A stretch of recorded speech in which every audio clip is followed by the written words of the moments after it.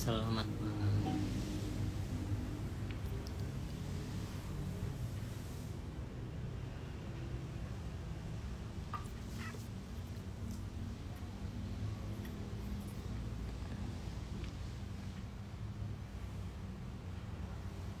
Sugeng malam bolo-bolo.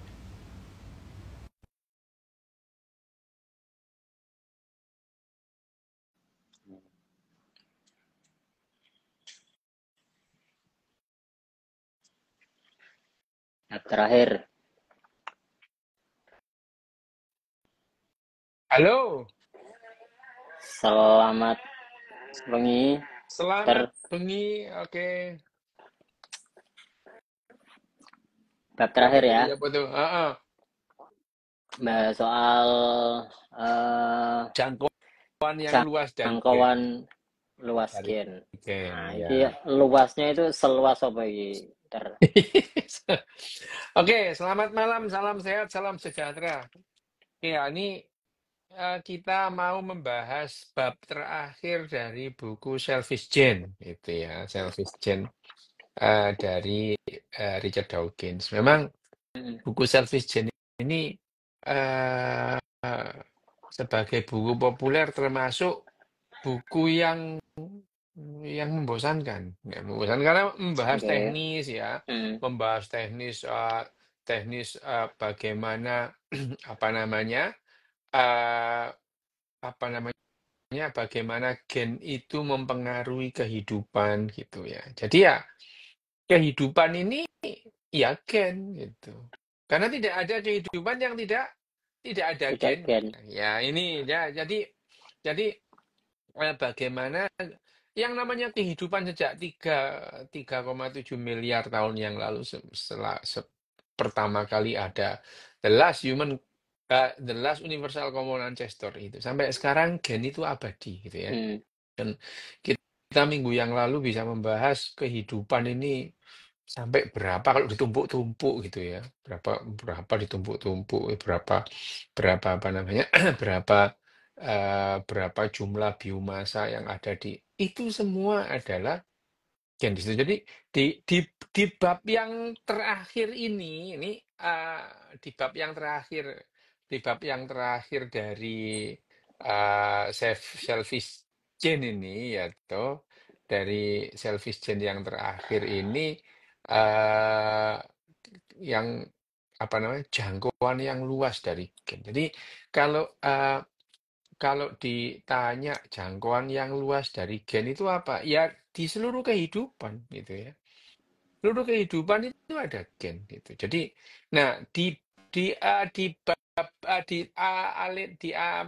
paragraf-paragraf awal itu Richard Dawkins dalam di bab ini menyatakan bahwa ya ini karena kalau kita itu menganggap bahwa misalnya ini baik atau buruk untuk kehidupan atau baik atau buruk untuk spesies itu. Selalu kita berbicara seperti itu. Nah, Darwinian ini kalau kita ngomong kenapa dulu yang namanya pengikut-pengikut Darwin dan pengikut-pengikut Mendel itu berantem, berantem mereka itu. Jadi Mendelian dan Darwinian itu dalam waktu yang lama mereka itu saling berargumentasi tentang pendekatan-pendekatan genetika mereka gitu ya. mm, Sementara Darwin itu dari pewarisan sifat dari seleksi alam, terus kemudian Mendel itu mengatakan sifat-sifat itu diturunkan oleh yang namanya gen tadi itu ya, bukan. Nah, sampai akhirnya Watson dan Crick itu menemukan lah yang namanya DNA itu ya, itu.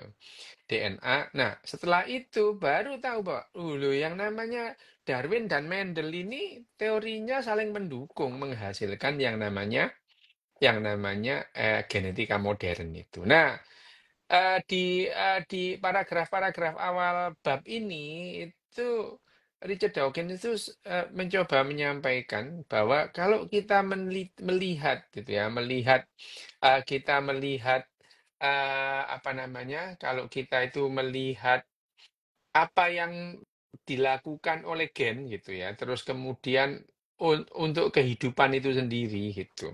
Jadi artinya adalah individu, spesies gitu.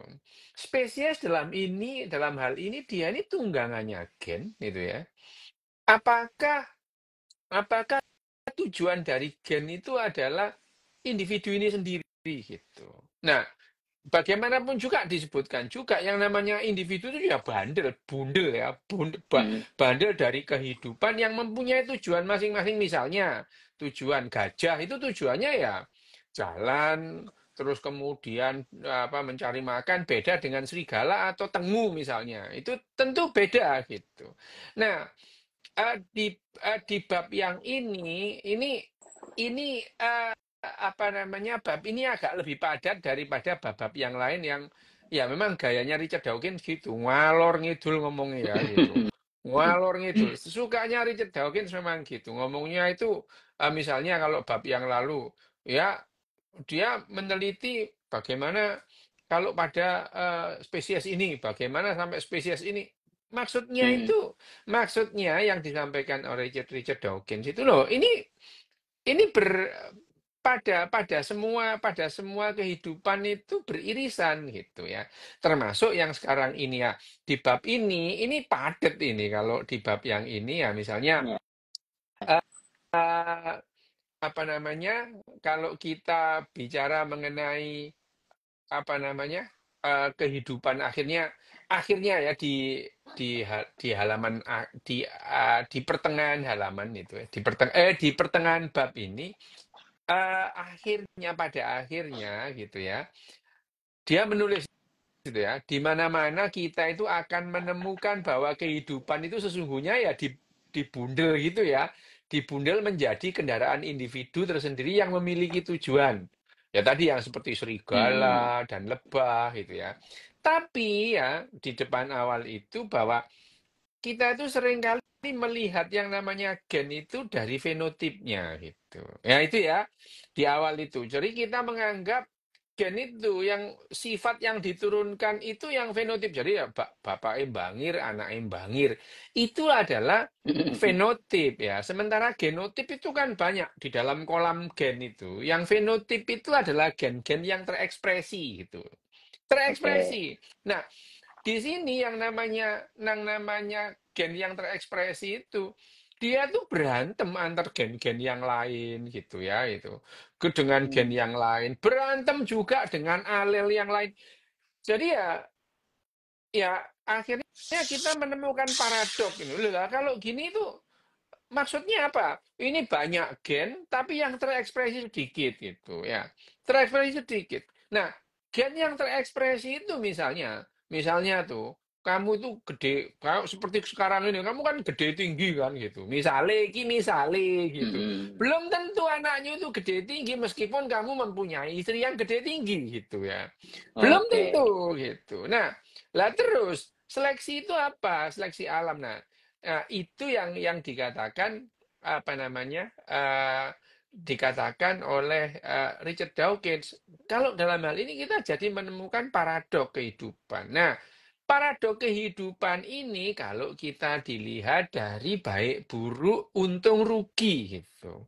Sementara Hmm. kehidupan ini tidak ada baik buruk, tidak ada untung rugi gitu, tidak ada gitu ya. Tidak ada baik buruk, tidak ada untung rugi. Yang ada adalah melanjutkan kehidupan itu sendiri. Kehidupan. Nah, kehidupan itu sendiri. Jadi yang namanya eh, harimau, kijang dan wild beast itu mereka bukan saling bermusuhan itu ya. Ini adalah saling saling bekerja Melanjutkan sama. hidup. Saling bekerja sama. Sehingga dalam waktu 3,7 miliar tahun itu ya, 3,7 miliar tahun sejak kehidupan awal itu semua kehidupan ini bekerja sama untuk membuat kehidupan itu jadi lebih banyak. Sehingga gen itu akan makin banyak gennya itu ya. Gennya itu makin banyak. Hmm. Jadi tidak berkurang sedikit pun jumlah gen di muka bumi ini. Makin banyak gitu ya. Malah Dan makin itu ya banyak ya dia. makin banyak dan itu yang menunjukkan bahwa memang gen ini kekal itu ya. Hmm. Abadi ya. Paling tidak ya selama 3,7 miliar tahun ini gen ini abadi ya, abadi. Jadi ya immortal, gen itu immortal. Nah, dalam hal ini dari bab 1 sampai bab terakhir ini menunjukkan betapa yang namanya gen itu adalah egois dia, nggak peduli lah yang namanya Iya, spesies iya. itu punah, nggak peduli dia itu. Makmur ora Bahkan, ya luweh wis. iya. Nah, bahkan dalam satu spesies itu, dalam satu populasi spesies itu, yang namanya tadi itu, apa namanya, eh, altruisme itu adalah selfish atau egoisme terselubung ya itu. Jadi yang namanya Richard Dawkins kan akhirnya memilih bahwa buku ini namanya Selfish Gene gitu ya. Selfish atau gen yang egois adalah dalam segala kajiannya, pekerjasamanya antar spesies itu semuanya. Dalam tingkat individu pun itu ada yang namanya egoisme terselubung, apa namanya hidden agenda, Nangkap. hidden agenda. Meskipun itu pada spesies, pada individu gitu ya, apalagi pada tingkat gen gitu. Nah, di pertengahan buku ini pada akhirnya ini di pertengahan buku ini ya, tuh ya, di pertengahan buku ini itu akhirnya yang namanya Richard Dawkins sih ngombe sih ya. Pada akhirnya Richard Dawkins itu eh, apa namanya merangkum lah ya, merangkum di bukunya ini, buku yang eh, sampai 380 sekian, hampir 400 halaman ini ya Hampir gitu, 400-an. hampir 400 halaman ini eh, merangkum lah ya, merangkum. Jadi akhirnya ada pertanyaan-pertanyaan yang bagus untuk disampaikan, gitu ya. Pertanyaan-pertanyaan yang bagus disampaikan untuk menjawab keingintahuan kita, gitu ya. Bukan keinginan tahu, untuk keingintahuan kita mempertanyakan apa ini kehidupan, apa itu gen. Jadi ya dia sendiri merangkum menjadi 3 pertanyaan, gitu ya. Pertanyaan pertama itu adalah yang terjawab pada buku ini akhirnya adalah pertanyaan pertama adalah mengapa gen itu berkumpul dalam sel gitu ya itu. Ya, ya. Mengapa yang namanya gen itu kok berkumpul dalam sel loh? Kok gak sering selengkra nang latar gitu ya. Gitu ya. Itu pertanyaannya. Kenapa itu? Kenapa kok kemudian yang namanya eh, apa namanya gen itu berkumpul dalam Bagian. sel. Ya, berkumpul di dalam sel. Nah, terus kemudian yang kedua, mengapa tubuh ya itu, apa namanya? Mengapa sel berkumpul dalam sel gitu ya. Terus mengapa sel berkumpul dalam tubuh? Ya, itu itu pertanyaan nomor 2 gitu ya. Pertanyaan nomor 2. Jadi di buku ini ada yang pertama, kenapa yang namanya satu yang pertama, kenapa yang namanya gen itu berkumpul dalam sel? Lah terus kenapa sel itu berkumpul dalam tubuh gitu ya? Yang bersel banyak tentunya ya, bersel banyak gitu ya, bersel banyak. Nah, yang ketiga itu, kenapa tubuh ini ya, kenapa tubuh ini memakai apa yang akan dia sebut sebagai bottleneck gitu ya. Ya, siklus kehidupan. Jadi Iya. kenapa tubuh itu akhirnya memakai siklus kehidupan yang melewati bottleneck? Semua sel, semua spesies, Kenapa? Ini satu persatu gitu ya. Satu persatu. Kenapa yang namanya gen itu berkumpul dalam sel gitu. Itu sebetulnya sudah dijawab yang kemarin itu, bahwa bekerja sama akan memberikan efektivitas dan efisiensi dalam segala hal. Tentu saja dalam penggunaan kalori gitu ya. Kalau setiap gen bekerja sama. Nah, dalam hal ini perlu dicatat bahwa kerja sama gen itu bukan hanya saling mendukung gitu ya. Saling menghambat itu juga Kerjasama di tingkat gen gitu. dan tingkat Misalnya, gen. itu. Cito ini ya, gen keritingnya ada, gen rambut lurusnya ada. Itu berantem itu ya. Berantem itu. Berebut dia. Enaknya Cito ini digawe lurus apa keriting, apa kriwul gitu ya. Itu mereka berantem. Akhirnya fenotipnya Cito ini, ya ngene iki gitu ya. Seperti ini gitu. Itu adalah persaingan antar gen itu ya. Itu hanya persaingan. Nah, yang namanya gen berkumpul di dalam sel, itu karena pada saat berkumpul lama-lama terbentuk membran yang menjadi dinding sel gitu. Nah, Oke. pertanyaannya, ini gen yang lompok dulu, apa kemudian baru ada dinding sel terus Ada dinding sel. kemudian membran terus gennya itu mengelompok di tengah gitu. Jawabannya adalah dua-duanya berjalan secara simultan gitu. Itu ya seperti gini. Ya kalau misalnya kamu ngomong sepeda itu lebih dulu mana? Bane apa sadele ngono lho. Ya itu. Ya itu pertanyaannya gitu. Itu adalah pertanyaan perumpamaannya yang sama. Misalkan sepeda itu yang lebih dulu bane apa dale gitu. Loh ya bareng gitu. Bahwa itu evolusi setelah kita menemukan paku, kita menemukan roda, kita ketemu yang namanya skru, baut, semuanya itu ya. Karet. Karet, semuanya itu akhirnya berevolusi satu persatu.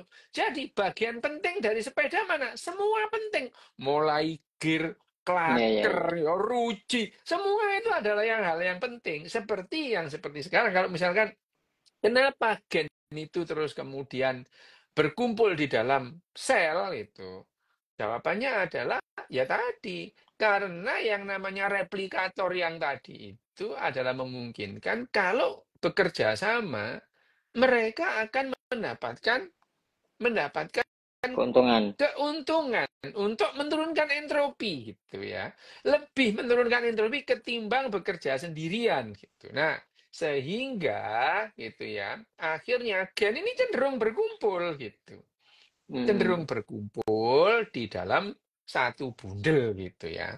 Meskipun setiap individu itu beda-beda itu. Ada yang gennya tercerai-berai, ada yang terbentuk dalam kromosom. Macam-macam ya itu, beda. Tetapi gen itu sendiri di dalam sel itu dia mempunyai aturan-aturan mainnya gitu. Nah, sama seperti pertanyaan kedua. Kenapa yang namanya sel itu kok Dalam tubuh. berkumpul dalam tubuh? Jawabannya sama persis itu. Jawabannya sama persis dengan yang namanya tadi itu, yang namanya kenapa gen itu berkumpul dalam sel.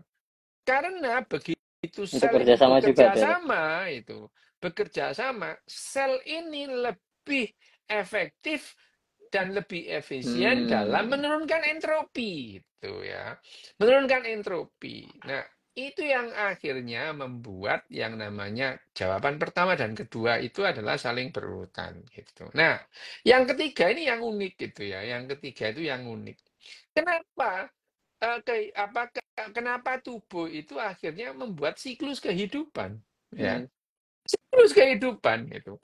Yang selalu dimulai dengan bottleneck gitu ya.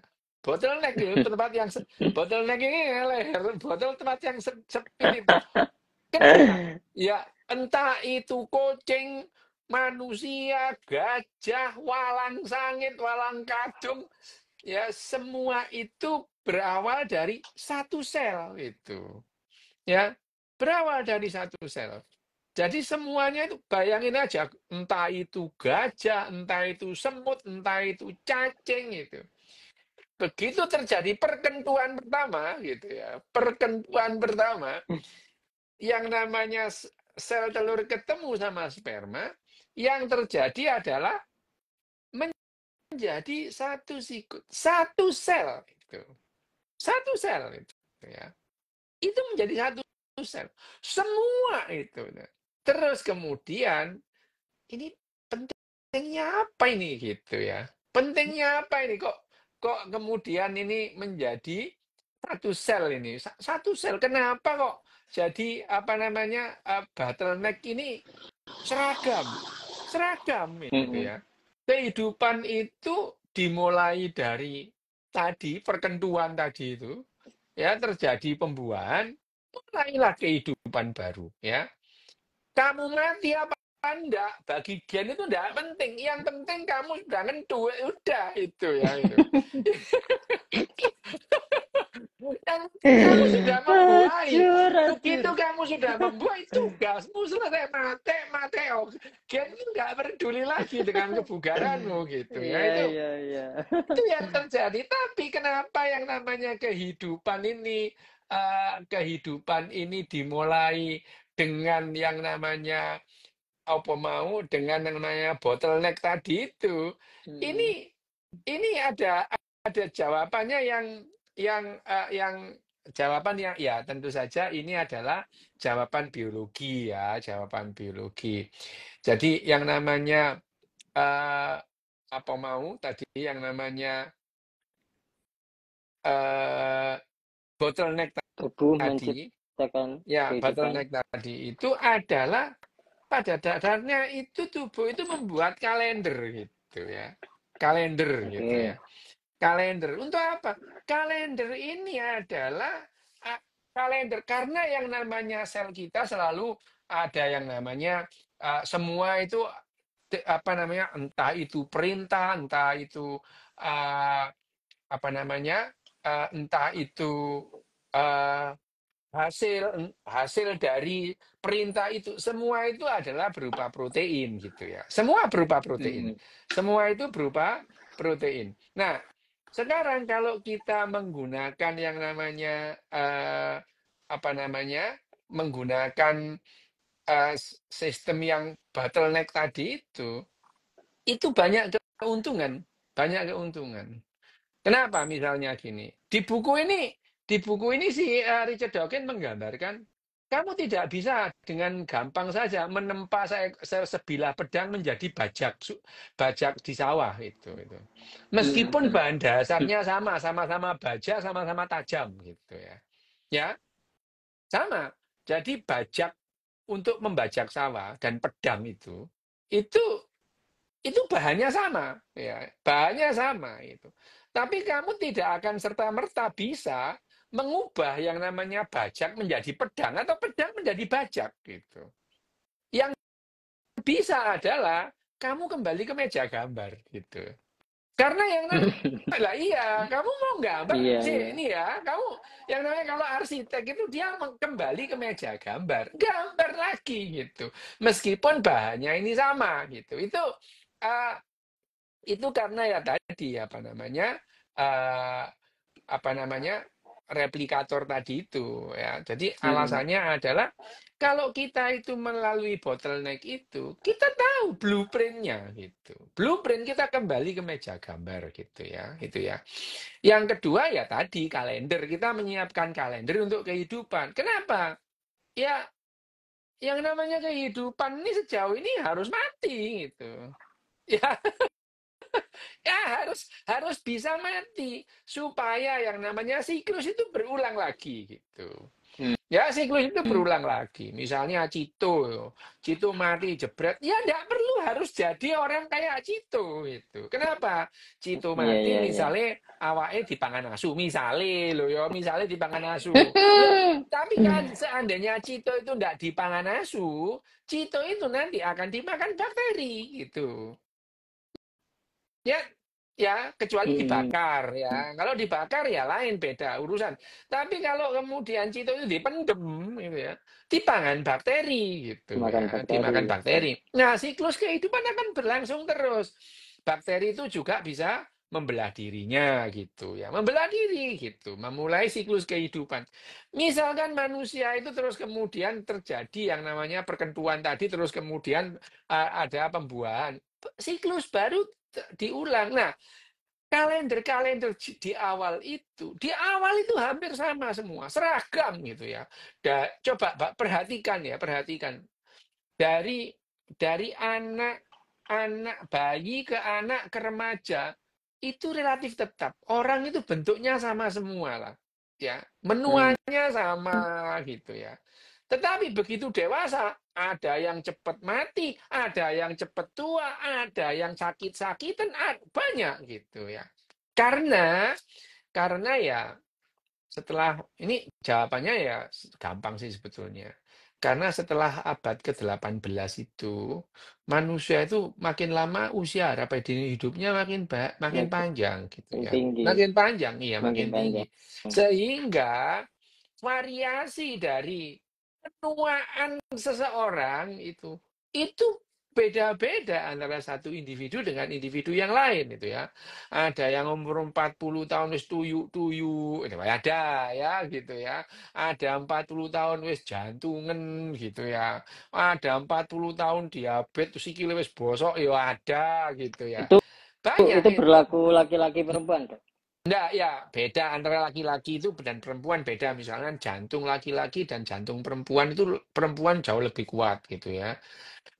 Gitu ya gitu. Itu eh, itu adalah kenapa yang namanya kita melalui bottleneck itu. Nah, bottleneck itu menyediakan kalender gitu ya.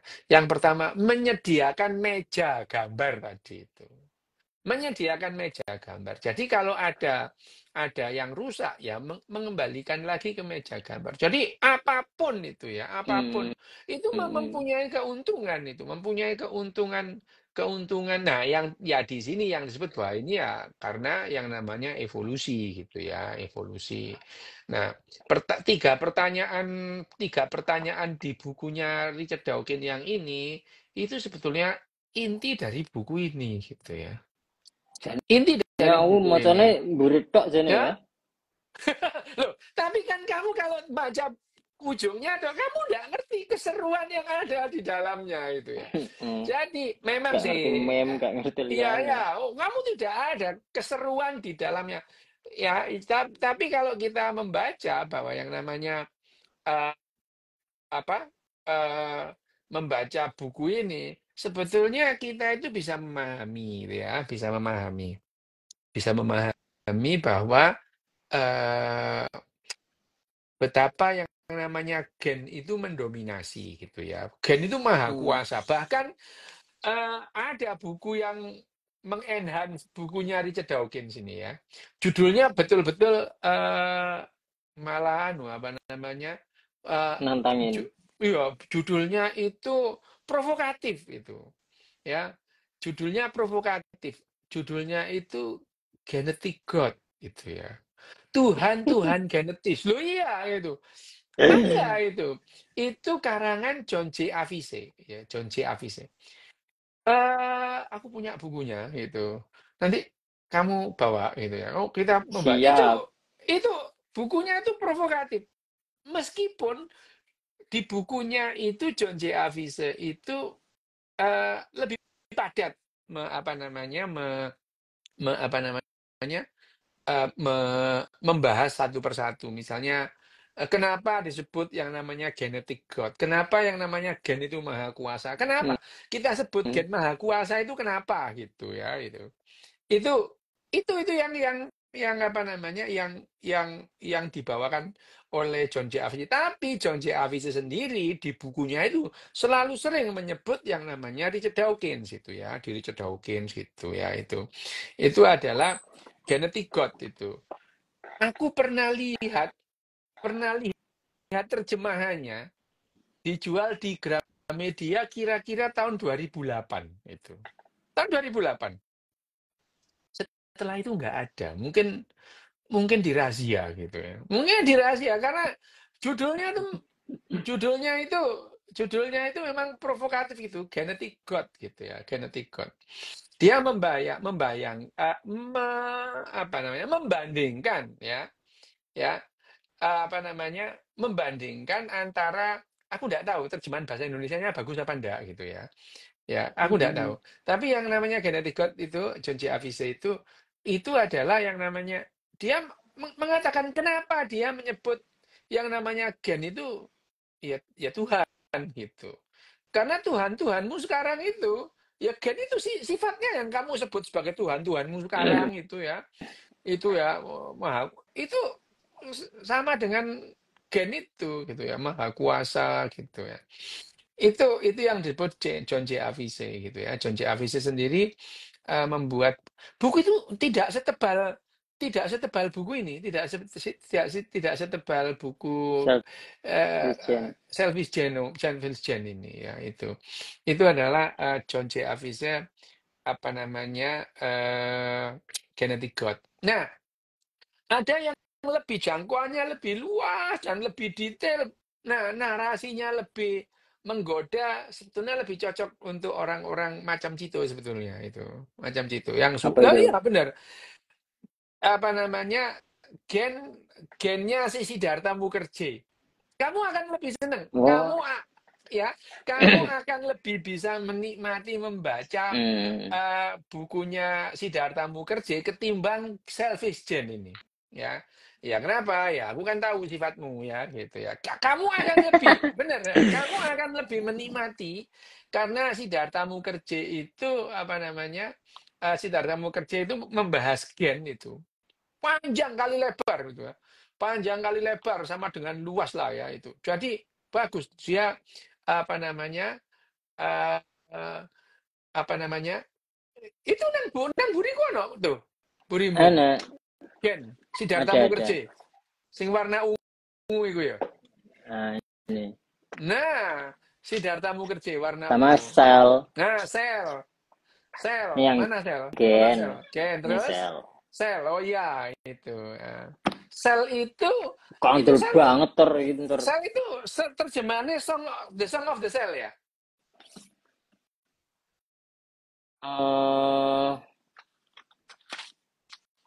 The Song of the bentar. Cell bukan? Ini aslinya Kayaknya apa? Coba sel, aku kayak belum tahu isinya sel itu. The Song of the Cell bukan? Kalau dilihat aslinya. aku belum baca Oke itu. ya, itu mungkin adalah ini kalau apa namanya? Aku belum baca itu yang bahasa Indonesia The Cell itu dari mana? Tapi kalau yang gen itu memang betul apa namanya gen itu lebih menggoda gitu ya, lebih menggoda dan kamu akan senang Iya, ada. menikmati gitu. Itu menikmati. Tapi kan kita berikutnya membahas ini ya. Teng teng. Betul. Evolusi seks. Ya, apa namanya? Why is sex fun itu ya. Why is sex fun? Why sex Ini fun? bukunya Even Jared self Diamond. sex. Nah, ini Jared Diamond. Nah, tuh aku tak cari akhirnya kapan itu ketemu. Aslinya Gramedia itu membuat buku kayak gini loh. Nih. Ini bukunya Oke. Gramedia dulu ini. Mengapa seks Oh, itu asik loh? Iya, itu sing ini lawas. yang lama. Ini dicetak tahun 2006 ya. Cetakan pertama tahun 2006. Ya, tahun 2006. Mm-mm. Tahun 2006. Nah, kalau ini sih aku baca ini tahun 97 gitu ya. Ini. Nah, tapi yang sekarang mungkin ya supaya tidak provokatif, lebih banyak orang yang tidak alergi gitu. Karena ya di dalam buku Mm. ini, di dalam buku Why is Sex Fun ini ya, ia membahas namanya Jared Diamond ya. Jared Diamond ya apa meneliti ya dari perilaku manusia, behavior yang berhubungan dengan yang namanya eh, teori evolusi Kebiasaan. evolusi manusia, evolusi Evolusi pedus itu. manusia. Nah, tapi ya tuh, iki memang nang kene iki, nang di bukunya mungkin ini dirahsia juga ini. Ya, Jul. Karena ini benar ini, mungkin buku ini dirahsia sampai hilang di pasaran dulu. Itu Karena kenapa judulnya itu ada tulisan apa itu? gini, mengapa orang berselingkuh? Loh, ngono, lah kita ngarep tahu. Iya. Iya. Tapi memang dibahas kan Ya terus di memang bukunya. iya, tapi kalau ditaruh di depan buku gitu ya, Oh iya benar. mengapa orang berselingkuh itu ya? Adakah masa Itu birahi pada beneran Ra, itu manusia? Gitu. dibahas itu Ra. Gini, lucu. Dibahas Ini buku itu. ini aku baca buku tapi ya setelah baca dan terjemahan Gramedia dan aku kira adalah sama dengan yang sekarang yang namanya apa namanya evolusi reproduksi ya Hmm, judulnya ya. hmm. Yang sekarang Evolusi namanya reproduksi evolusi manusia. reproduksi manusia ya. Itu mungkin ya sama lah. Tapi bahasanya bagus ini. Bahasa Indonesianya bagus. Ya tentu saja kalau bahasa Inggrisnya itu ada yang apa namanya, ada yang lepas sedikit itu lumrah lah ya itu ya. Nah itu tadi, jadi aku itu golek, ya akhirnya nemu bukuku yang hilang tuh ini. The end of it itu aja. Akhir dari sebuah keimanan. Ini Sam Harris. Ternyata ini jadi satu dengan yang namanya. Wah, aku tak bongkar-bongkar. Nanti oh buku ini. Ternyata jejer sama buku ini. Itu. Ini The End of It ini yang membuat Sam Harris dimusuhin banyak orang itu. Ya, ini. Jadi akhirnya ketemu tadi ini buku. Bareng sama yang namanya. Apa namanya. Mengapa Seks Itu Asik. Karena itu ini buku tak gabung jadi siji gini tuh, tak kareti. Aku kalau ada buku mesti tak jadikan satu. Sama dengan yang apa namanya bukunya Mukherjee itu, yang gen bahasa Inggris, terus bahasa Iya, India yang selnya juga tadi ya. Iya, Song of Cell. ya, itu Song of the Cell ini ya. Ini Song of the Cell ini ini bagus ini bagus. Nanti kapan-kapan kita bahas itu kalau kita membahas nggak apa kita ngomong perkentuan dulu besok itu membahas buku ini bagus lah ini. Buku itu bagus melihat yang namanya apa namanya yang namanya bagaimana perilaku manusia itu disusun sejak dalam tingkat gen gitu. Nah, sama dengan apa namanya? Sama dengan kembali ke buku Selfish Gene ini bahwa yang namanya blueprint tadi kan. Iya, blueprint bahwa kehidupan ini tanyaannya apakah gen itu dipengaruhi oleh lingkungan ataukah lingkungan dipengaruhi oleh gen itu. Ya, lingkungan dipengaruhi gen. iya, yang ada adalah lingkungan kita itu dibentuk oleh gen dipengaruhi ini gen. gitu, ya. Lingkungan kita itu dibentuk oleh gen gitu. Jadi lingkungan kita itu, nah tapi ya kita itu kan seringkali membuat yang namanya apa personifikasi gunung marah gitu, ya itu kan karena marahnya gunung meledos kok jari marah yoga gitu ya, itu. Jadi manusia itu dengan yang manusia itu mencoba menebak-nebak apa yang ada di pikirannya orang, apa yang ada di perasaannya orang. Ya, jadi sebetulnya pendapatmu, reka-rekaanmu, misalnya kamu marah ya, itu tidak sama persis. Jadi kalau seseorang itu tersenyum, otak kita itu mencoba mengartikan ini maunya dia apa gitu ya.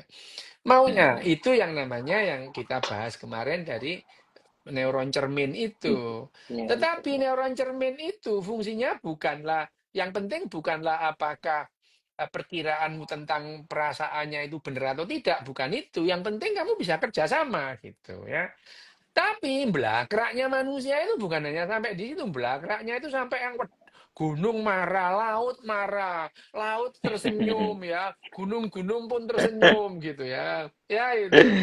Itu kan sama nih. Ya sama dengan lagunya Ebit ya. Kulihat kaki-kaki burung berdansa, kulihat putih-putih kembang berdendang. Alah, belpet ya gitu. Itu kan melakukan personifikasi. Otak kita mencoba mengartikan apa yang terjadi dengan alam semesta ini. Misalkan ada gunung meletus, gunungnya marah gitu ya. Gunungnya marah gitu. Terus kemudian apa namanya mungkin Tuhan mulai bosan melihat tingkah kita lah perasamu ya, atau alam mulai enggan bersahabat dengan kita lah kok ini lo sombong ya. Itu adalah bagaimana gen kita itu mendrive otak kita sehingga muncullah otak-otak yang namanya sel-sel yang namanya neuron cermin itu. Lo itu didrive oleh gen gitu ya, Itu didrive oleh gen. Loh, itu lo cito lo. Siapa kowe lo tuh, lo metu pisan gunung meletus, gunungnya ejakulasi. Ngono iku arek iki lambene njaluk dilakban ya itu. Emang kok itu ya. Jadi kita itu mencoba mengartikan apa yang terjadi di alam sekitar. Oh, misalkan badai, wah laut marah gitu. Kok marah loh gitu ya Itu itu.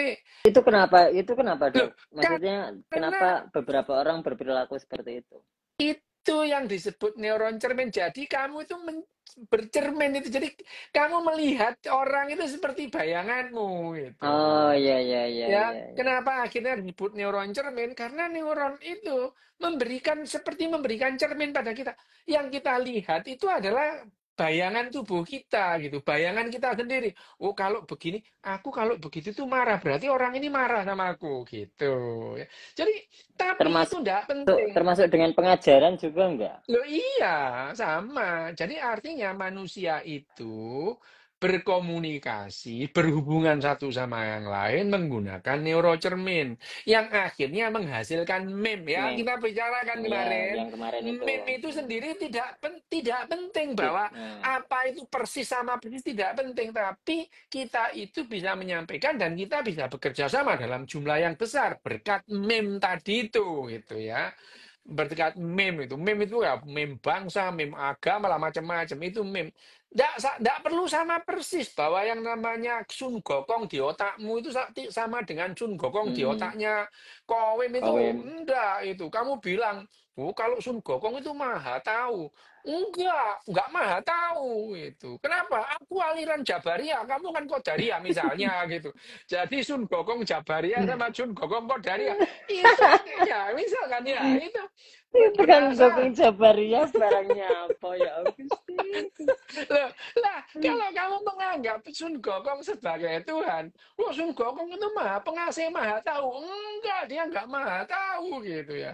Itu Iya adalah iya iya. Sun Gokong Qadariyah gitu. Yang kamu kan Sun Gokong maha tahu, Sun Gokong kok Jabaria misalnya. Ya, Aduh. itu, nah bayangin aja, kamu tidak penting bahwa yang namanya meme tentang Sun Gokong itu sama persis, tidak penting itu.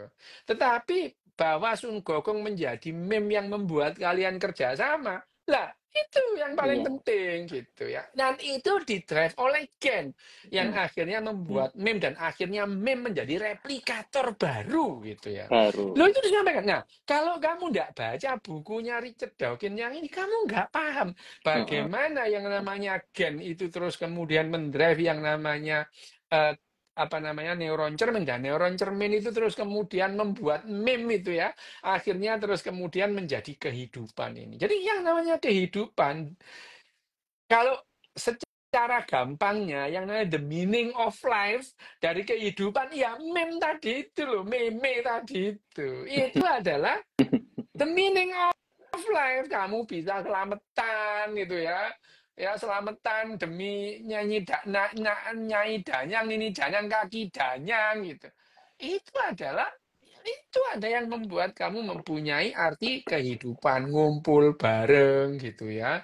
Terus ngetut no apa jenenge PT Ireng, PT Anyaran. Ya, itu kan Kita anyaran. itu, itu adalah the meaning of life. Bayangin aja lah dipikir-pikir lah pokoknya itu PT Anyaran ya. Tapi adalah itu the meaning of life ya. Nah, meme tentang yang namanya PT Anyaran itu tadi setiap orang tentu beda-beda gitu ya.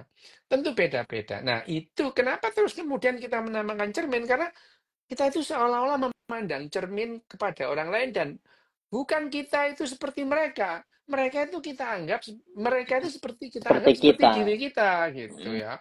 Ya mm, gunung bisa marah, laut bisa marah gitu ya.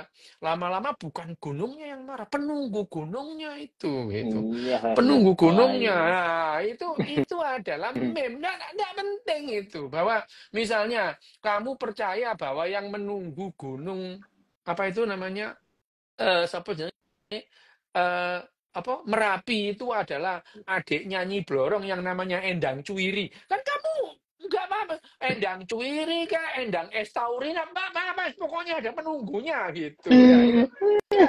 Jadi kalau yang namanya gunung itu jeblok. Kalau dulu mengatakan gunungnya yang marah. Tapi begitu sekarang ini Endang Cuwiri ngamuk karena saja ini nggak mbok kei itu. Kita nggak memberikan penghormatan kepada Endang Cuwiri itu ya, adik nyanyi Blorong ini marah dia gitu. Lama-lama Endang Cuwiri itu digantikan oleh Mbak siapa yang meninggal itu, yang Mbah apa siapa Marijan.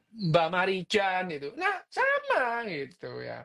Itu sama. Jadi akhirnya semuanya nggak peduli bahwa yang namanya apa namanya penunggunya itu siapa, nggak peduli. Tapi akhirnya supaya kamu tidak kehilangan pegangan, mosok Gunung iso marah, yang marah akhirnya penunggunya gitu ya.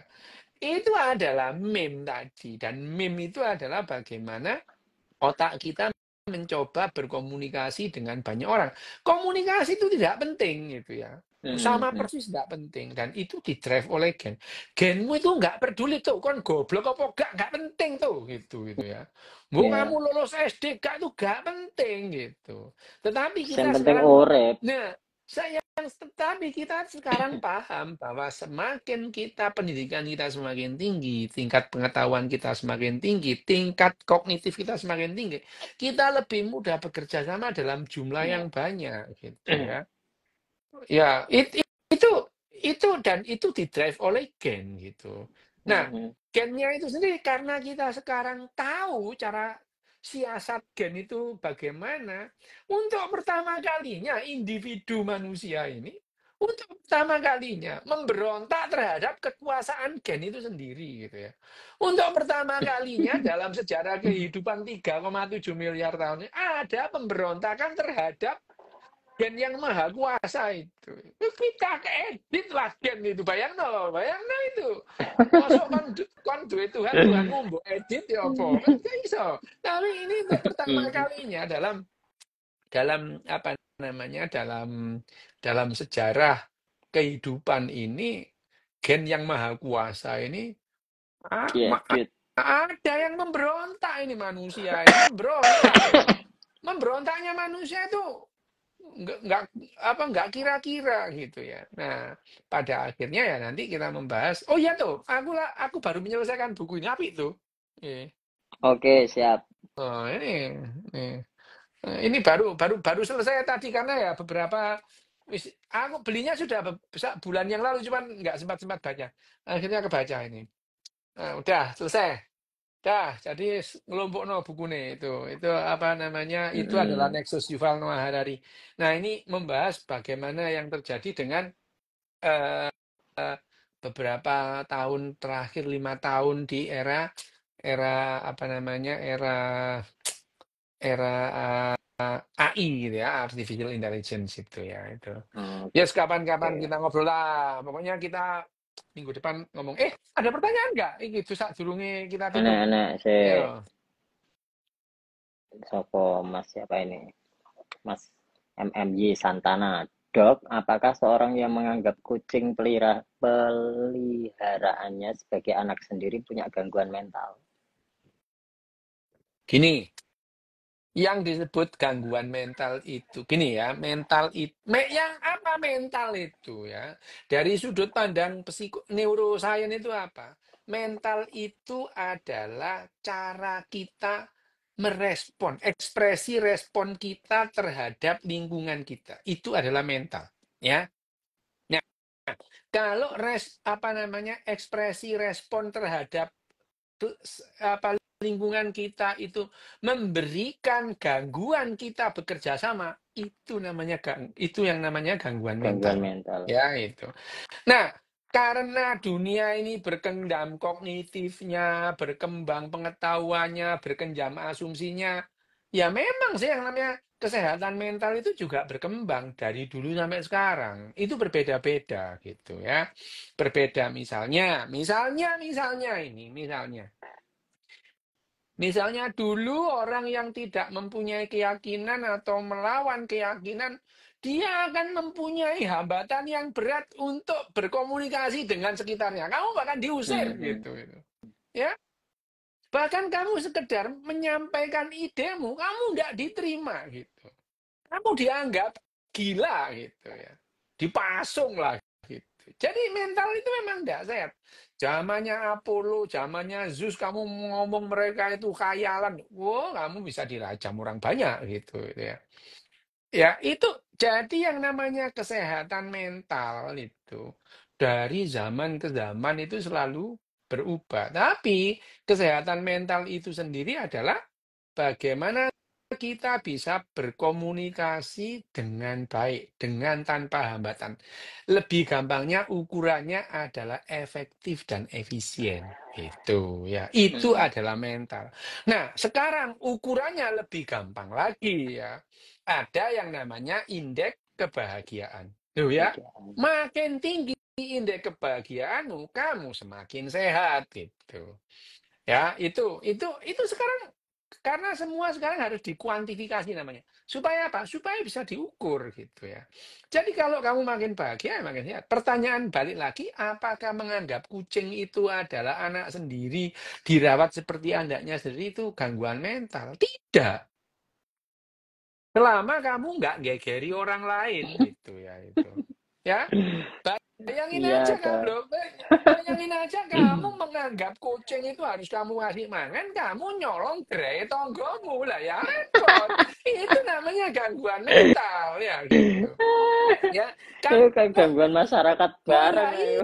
iya gitu mentalmu itu sakit. Bayangin aja kamu belain kucingmu, nyolong pindangnya tonggo loh, ya gimana gitu. Itu gangguan mental. Dan kamu merasa sah-sah saja, bahkan kucingku lebih mulia dari tonggoku lah. Wes iki loro, Iya. wis wayahe preksa lek wis ngono ya gitu Itu ya. nak Ya gitu. Nah, bangetan gitu itu dipendem yang sisan namanya ae ya gitu. itu yang namanya gangguan mental. Nah, gangguan mental ngobatinya iya ke dokter yang namanya nih disebut dokter Santi itu. Dokter Santi itu adalah dokter yang mempunyai kompetensi untuk memberikan obat gitu. Ya, memberikan obat kepada orang-orang atau memberikan terapi, tapi dokter itu tahu, misalkan kowem itu schizofren, semua orang dokter tahu, nggak perlu dokter Santi gitu ya itu. Misale loh ya, misale. Jadi, Dokter sunat ngerti lah gitu. iya ya, kalau misalnya sekedar mendiagnosa ini schizofren ya. Misalnya, oh ini kok itu schizofren ya nggak perlu dokter Santi, dokter umum juga bisa gitu ya. Ya, nggak perlu dokter. Tapi untuk memfollow up, memberikan, nah dokter Santi itu kan dia itu menggeluti yang namanya ilmu kesehatan jiwa atau ilmu kesehatan mental. Jadi kalau ada hal-hal yang baru, dia tahu karena apa? Oh, dia baca jurnalnya, kalau ada seminar dia ikut, ada kongres dia ikut, gitu ya itu. Nah kalau kowem itu mempertanyakan misalnya, mosok dokter umum kompetensinya apa membahas kesehatan mental loh, kan itu kompetensi itu adalah dia itu berprofesi, pengetahuan itu beda. Orang bukan loh, beda itu. Tidak perlu dia itu seorang sarjana mekanika kuantum untuk paham mekanika kuantum itu ya. Loh gitu loh ya, itu. Tapi Iya, kalau iya. ada orang mau bekerja, lah ditanya itu, ditanya mana kamu dulu lulusan mana, mana ijazahmu mekanika kuantum, lah gitu loh. Oh, Sertifikat mbok ini. lah ya, mbok Mas yo yang namanya Kongwem itu paham mekanika kuantum yang ngelamar nang reaktor nuklir, ya kamu jadi anu aja, jadi cleaning service men, lebih bagus gitu itu. Gitu itu ya. Jadi yang namanya, tapi kalau kita itu sayang dengan kucing kita sampai berantem dengan tetangga kita. Lah, iki ya gitu. Gara-gara kucing lho kamu tuh gegeran mbek tonggomu iku lho ya gitu. Iki sing loro sapa? Mungkin tonggomu sing loro atau mungkin kamu yang nyelek. Ya, itu mungkin dua-duanya gitu ya. Iya, iya. Mungkin dua-duanya. Apabila kita itu tidak bisa berkomunikasi atau ada gangguan berkomunikasi, itu berarti mental kita tidak sehat. Ya kayak aku dulu, mentalku tuh tidak sehat.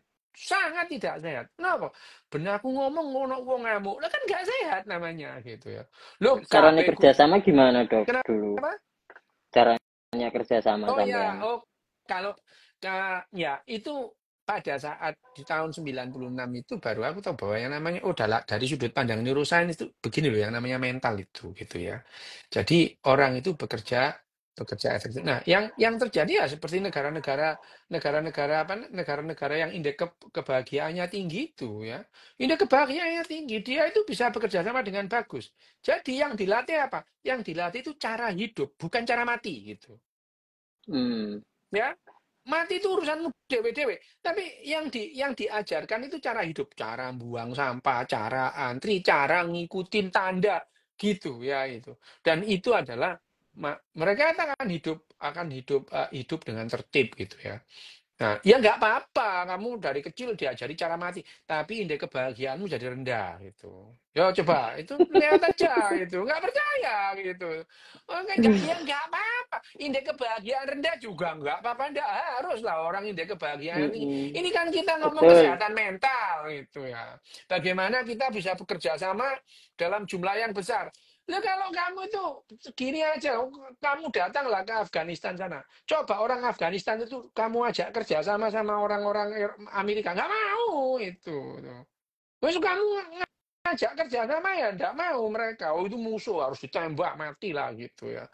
Ya bagaimana ini akhirnya yang namanya makin bisa kita bekerja sama dalam jumlah yang besar itu makin berpotensi kita mempunyai indeks kebahagiaan yang tinggi gitu. Itu ukurannya kesehatan mental saat ini. Saat ini gitu ya. Saat ini Oke. karena kalau kita mundur misalkan 10 abad yang lalu, wah nggak relevan ini gitu.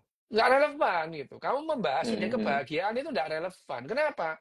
Kita itu diperlukan bagi satu anggota kelompok misalnya suku itu untuk menyerang suku tetangga pada saat kita kekurangan itu ya itu penting itu jadi menganggap suku tetangga yang berkelebihan sebagai musuh itu sehat itu supaya apa supaya ini suku kita nggak kehabisan makanan gitu ya. Jadi yang namanya kesehatan mental dari misalnya dulu yang namanya Kubilai kan sampai ke Eropa gitu ya, sampai ke Eropa Selatan penjara. Itu bukan disebut gangguan mental itu. Gagah perkasa malahan. Wah, kamu Mm-mm. agung-agungkan ya. Yang namanya itu siapa namanya? Eh Alexander the Great itu ya. Romawi. Wah, gak ono hujan, gak ono angin sampai tekan India. Kalau sekarang ya itu kayaknya orang ini harus dibawa ke dokter penyakit jiwa orang ini gitu. Ya itu. Bayangin tuh melaku ya ngaploki wong gitu ya. Ya bayangin aja. Kamu kalau mendapati orang kayak Konstantin apa kayak Alexander the Great itu sekarang, iki wong gendeng iki ngono ya. Nggawa pedang nang dindi koyo klitih ae gitu ya. Wah, nang gini. Bayang dong gitu ya. Ya itu yang namanya Alexander the Great itu dulu diagung-agungkan gitu ya. Dulu diagung-agungkan. Kenapa dia membawa pedang? Oh ya, bayangkan aja kamu itu membawa pedang dari Tugu mana Tugu Jogja itu sampai Sleman ayo bawa pedang ini, wah, lek gak dicekel polisi kon. Ngono. Itu yang namanya ya itu yang namanya kesehatan mental itu bagaimana kita berhubungan dengan lingkungan kita mengekspresikan. Jadi kalau pertanyaan tadi apakah memelihara kucing seperti kita merawat anak sendiri itu terus kemudian itu gangguan mental? Tidak gitu. Tidak. Akan menjadi gangguan mental kalau kamu jadi berantem sama orang lain gara-gara kucingmu gitu. Gara-gara itu ya. Ya, gitu. Oke, siap Pak Dokter. Cukup Wes. jelas ya Mas Santana. Wes tuh, wes entek tuh. Mati Oke, kok gak iso siap dianu, gak iso Ter. mbok anu. Oh, Sun teman-teman, Sunter. Oke. Sampai jumpa minggu depan bahas Pakenton. Selamat malam.